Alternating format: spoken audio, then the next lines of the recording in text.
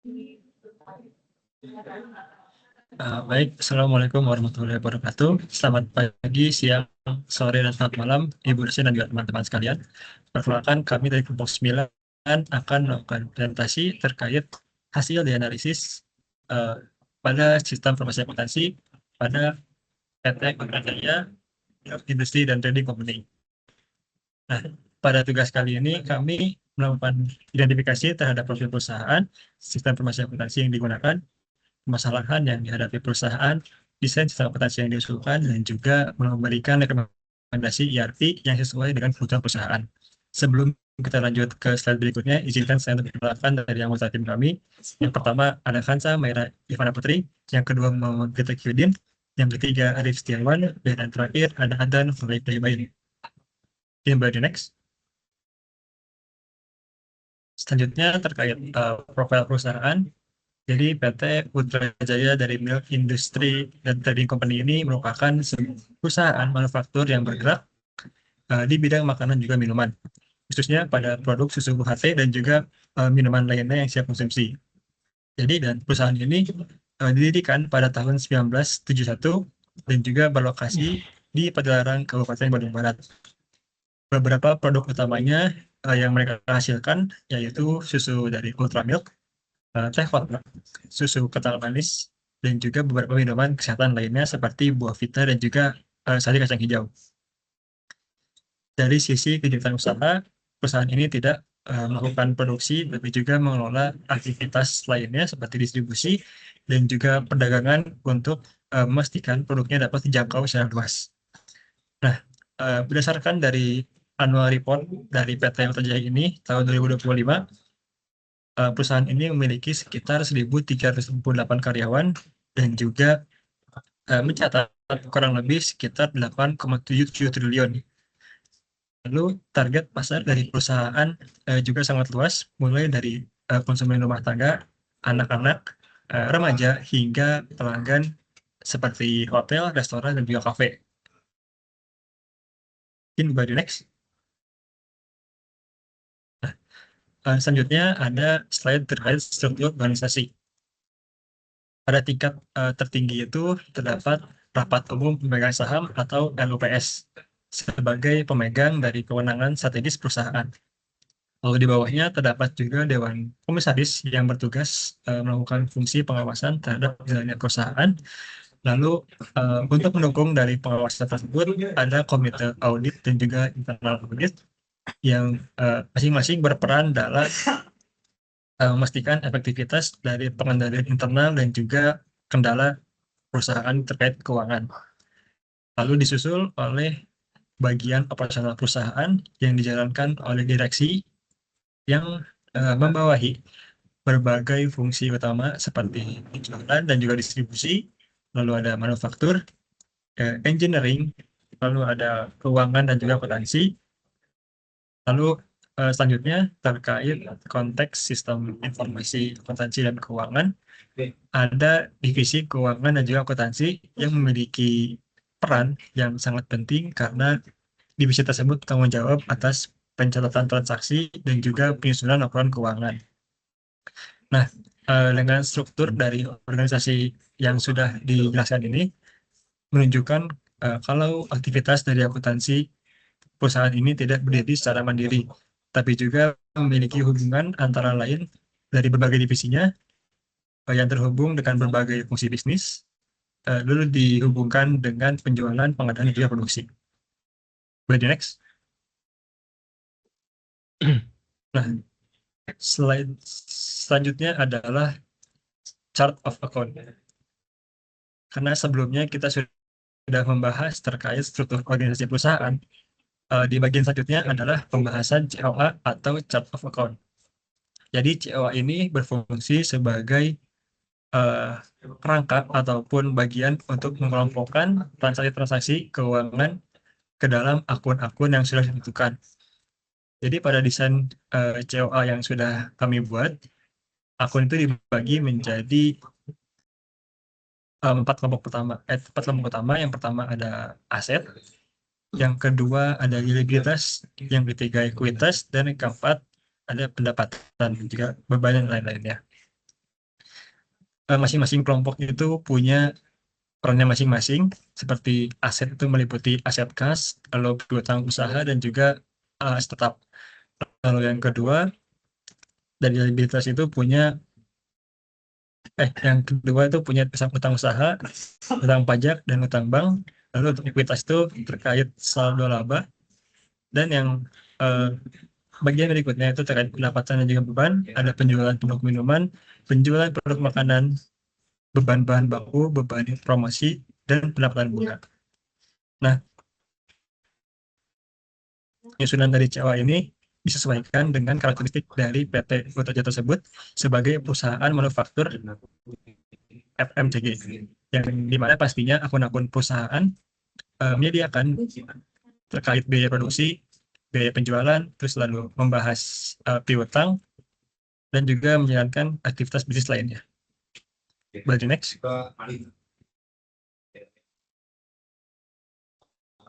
Saya akan jelaskan pada rekan saya. Oke, selanjutnya akan dilanjutkan oleh saya, itu Arif Setiawan, yang dimana dalam PT Ultra Jamik ini mereka mengadopsi sistem yaitu berbasis ERP, yang dimana mereka menggunakan ERP ini untuk menunjang fungsi-fungsi utama dalam PT tersebut, yaitu untuk fungsi yang pertama di sini ada financial accounting, terus yang kedua ada sales management, yang ketiga ada procurement management, terus selanjutnya yang keempat ada inventory management, kelima ada financial reporting. Yang dimana ERP ini mempunyai manfaat antara lain yaitu mengintegrasi data real time, mengurangi human error, dan mempercepat pelaporan keuangan.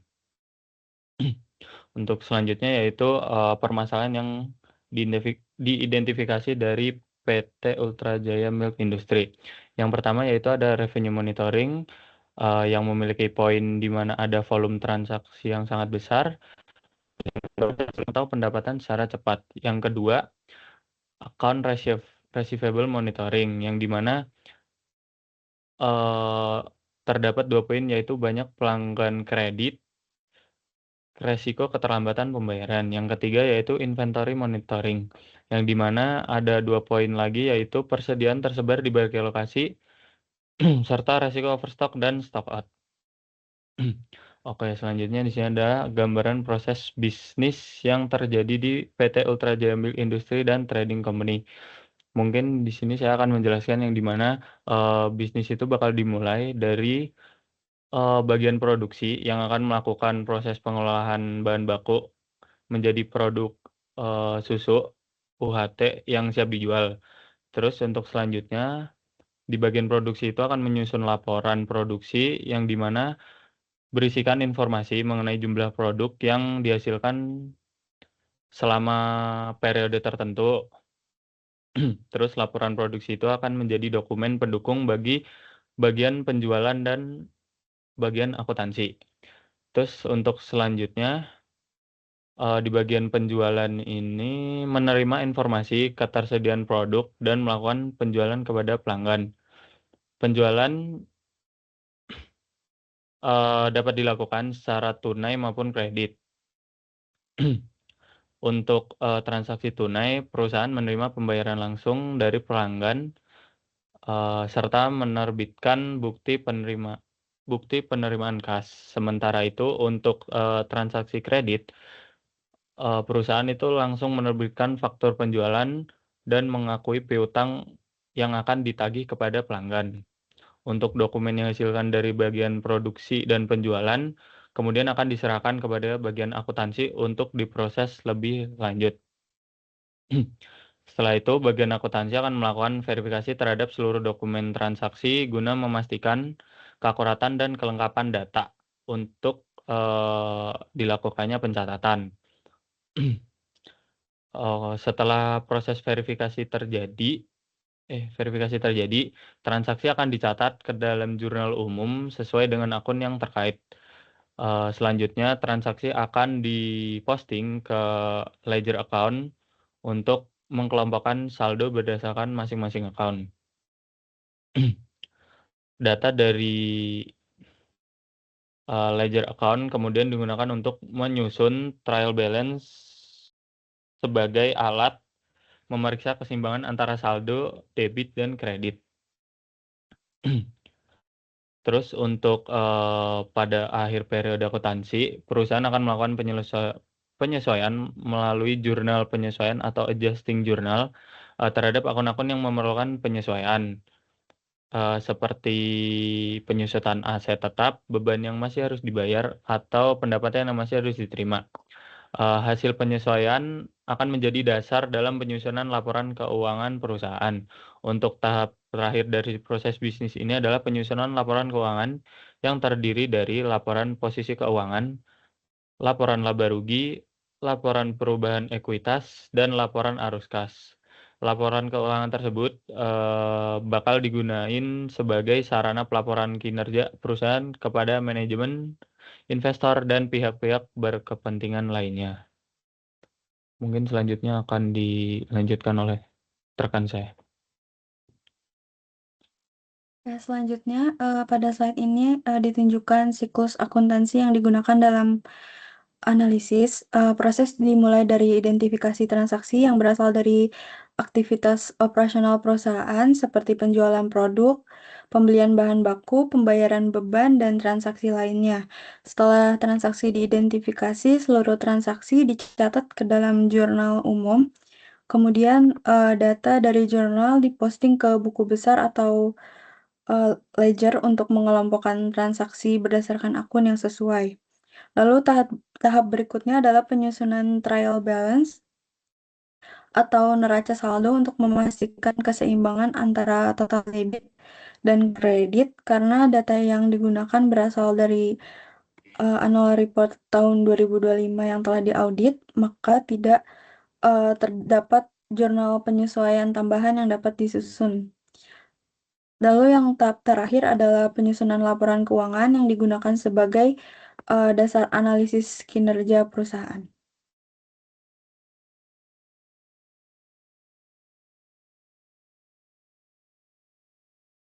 Boleh di next.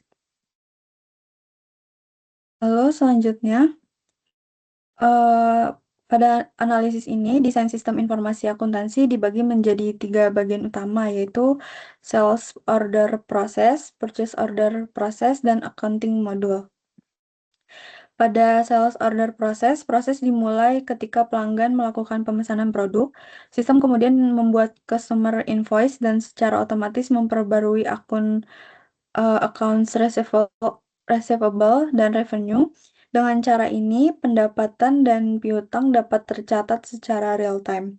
Selanjutnya, pada purchase order process, perusahaan menerima invoice dari vendor atas pembelian bahan baku. Sistem akan mencatat vendor bill dan memperbarui akun inventory, production cost, serta accounts payable. Seluruh transaksi dari proses penjualan dan pembelian kemudian terintegrasi dalam accounting module. Modul ini menggunakan chart of account sebagai dasar pengelompokan transaksi sehingga setiap aktivitas bisnis dapat tercatat secara akurat dan konsisten. Boleh di next. Selanjutnya menunjukkan proses pelaporan keuangan yang merupakan tahap akhir dari sistem informasi akuntansi. Setelah seluruh transaksi dicatat dalam jurnal, data akan diposting ke general ledger atau buku besar. Dari buku besar kemudian disusun trial balance untuk memastikan saldo akun berada dalam kondisi seimbang atau balance. Selanjutnya, sistem menghasilkan laporan keuangan utama yang terdiri dari income statement atau laporan laba rugi, statement of financial position atau neraca, serta cash flow statement atau laporan arus kas.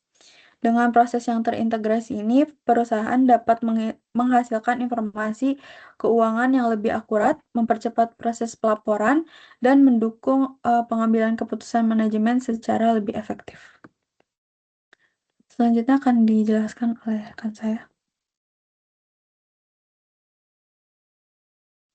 Oke, di sini ada analisis rasio keuangan. Pada slide ini kami melakukan analisis keuangan menggunakan indikator Net Profit Margin atau NPM. Rasio ini digunakan untuk mengukur kemampuan perusahaan dalam menghasilkan laba bersih dari setiap penjualan yang dilakukan. Berdasarkan data laporan, PT Keuangan Ultra Jaya tahun 2025 diperoleh nilai NPM sebesar 25,27%. Artinya, dari setiap 100 penjualan, perusahaan mampu menghasilkan laba bersih sebesar Rp25,27. Nilai ini menunjukkan bahwa PT Ultra Jaya memiliki tingkat profitabilitas yang sangat tinggi, baik kinerja tersebut didukung oleh kekuatan merek yang kuat seperti Ultramix dan Teh Kotak. Oke, lanjut. Nah, di sini ada rekomendasi ERP. Berdasarkan analisis proses bisnis sistem yang berjalan, kami merekomendasikan penggunaan Oracle ERP Cloud sebagai solusi ERP yang sesuai untuk perusahaan. Rekomendasi ini diberikan karena Oracle ERP mampu mengintegrasikan berbagai fungsi bisnis dalam satu sistem yang terpusat. Integrasi tersebut mencakup proses penjualan, pembelian, persediaan, produksi, hingga keuangan. Dalam penerapan ERP ini, perusahaan dapat meningkatkan efisiensi operasional, mengurangi kesalahan pencatatan data, dan mempercepat proses pengambilan keputusan, serta menghasilkan informasi yang lebih akurat dan real-time untuk mendukung kegiatan bisnis perusahaan. Oke, bisa di next. Nah, di sini ada kesimpulan. Sebagai kesimpulan, hasil analisis menunjukkan bahwa siklus akuntansi PT Ultra Jaya telah berjalan secara sistematis dan terintegrasi antar bagian. Perusahaan juga didukung oleh sistem yang mampu mengelola proses produksi, penjualan, persediaan, dan pelaporan keuangan dengan baik. Dari sisi kinerja keuangan, nilai profit net margin sebesar 25,27% menunjukkan bahwa perusahaan memiliki tingkat profitabilitas yang tinggi dan kondisi keuangan yang sehat. Untuk mendukung pengembangan bisnis di masa depan, kami merekomendasikan implementasi Oracle Cloud guna meningkatkan efisiensi proses bisnis, integrasi data, serta kualitas informasi yang digunakan dalam pengambilan keputusan manajemen. Oke, selanjutnya akan dijelaskan oleh teman saya.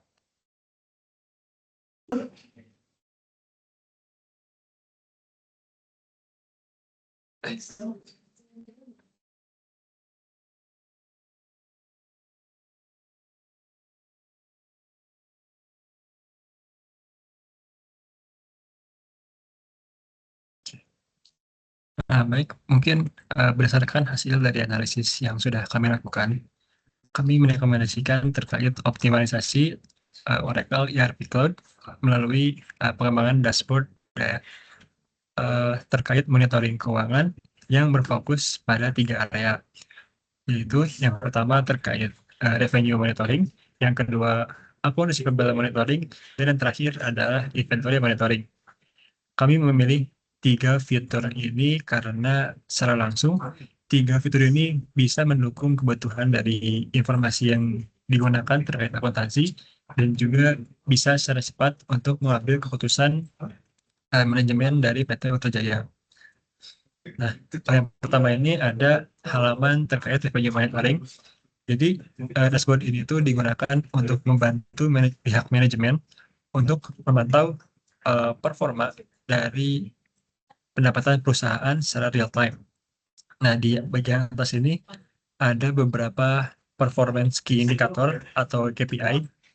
Jadi yang pertama itu ada dari total revenue bulanan yang berjalan, misalkan secara contoh ini untuk Juni tahun 2025 pendapatan yang didapat itu sekitar 487,6 miliar. Lalu selanjutnya itu ada revenue year to date, dan yang ketiga itu ada target achievement untuk target bulanan, dan yang selanjutnya itu ada pertumbuhan pendapatannya dibandingkan dengan periode sebelumnya. Di bagian tengah ini ada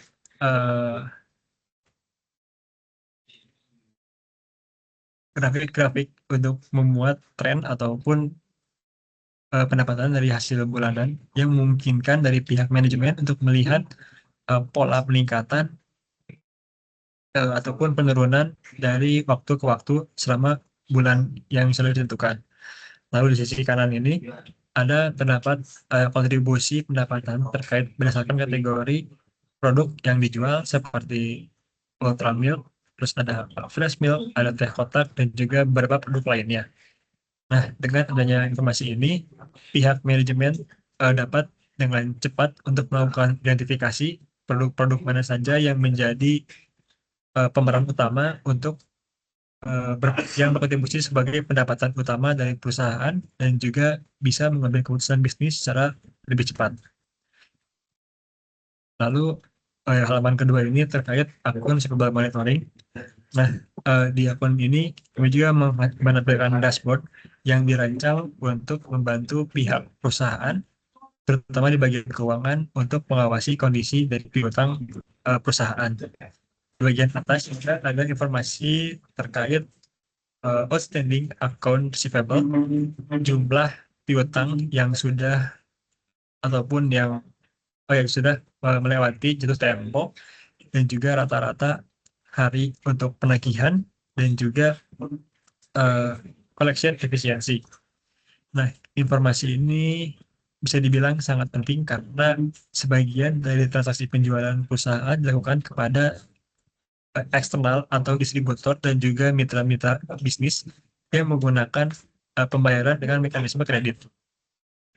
Di bawah ini ada bagian-bagian yang namanya hedging analysis atau yang berguna untuk mengelompokkan bagian piutang berdasarkan umurnya sendiri. Mulai dari bagian 0 sampai 30 hari, lalu ada bagian 31 sampai 60 hari, hingga selanjutnya ada 60 sampai yang lebih dari 90 hari. Dengan adanya bagian-bagian kelompok ini atau bagian dari klasifikasi ini, tentunya di bagian tim keuangan bisa lebih mudah untuk menentukan prioritas mana saja yang ditentukan untuk melakukan penagihan dan juga melakukan identifikasi terkait pelanggan yang berpotensi untuk menimbulkan resiko keterlambatan pembayaran. Selanjutnya, di bagian yang ketiga ini adalah bagian dari dashboard inventory management. Inventory monitoring, Mas. Nah, jadi untuk dashboard ini digunakan oleh perusahaan untuk membantu perusahaan mengawasi kondisi dari persediaan yang mereka miliki secara lebih terintegrasi. Di bagian atas ini ada total nilai persediaan yang dimiliki oleh perusahaan, terus juga ada total unit stok yang tersedia di bagian gudang atau inventory, lalu ada perputaran ataupun persediaan dari rata-ratanya, dan yang terakhir ini ada jumlah stok ataupun bagian produk-produk yang butuh perhatian khusus. Nah, di sini juga ada visualisasi seperti persediaan kategori produk yang memudahkan pihak manajemen untuk mengetahui distribusi stok mana saja untuk bagian setiap kelompok. Lalu ada di bagian bawah sistem juga ini nampilin daftar produk yang memiliki stok dari yang sisa sedikit atau bahkan produk-produk yang sudah kehabisan stok. Nah, fitur ini tuh bisa dibilang sangat relevan untuk PT Ultrajaya karena persediaan merupakan salah satu aset yang harus diperhatikan oleh perusahaan di bidang manufaktur dan juga memiliki hubungan langsung dengan proses produksi ataupun penjualan. Jadi secara keseluruhan ketiga fitur dari dashboard ini dirancang untuk sebagai pelengkapan dari proses pelengkapan optimalisasi ERP dari Oracle Cloud yang telah digunakan oleh perusahaan.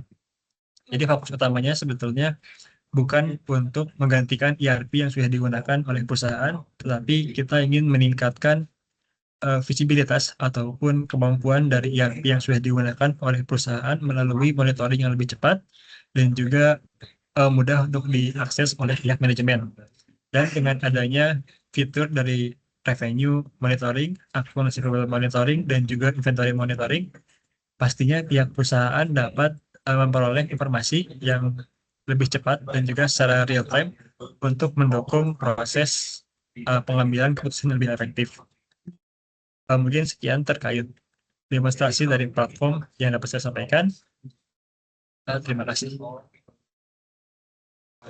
Baik, mungkin sekian terkait pemaparan presentasi terkait laporan dari PT Putrajaya Analisis yang sudah kami lakukan.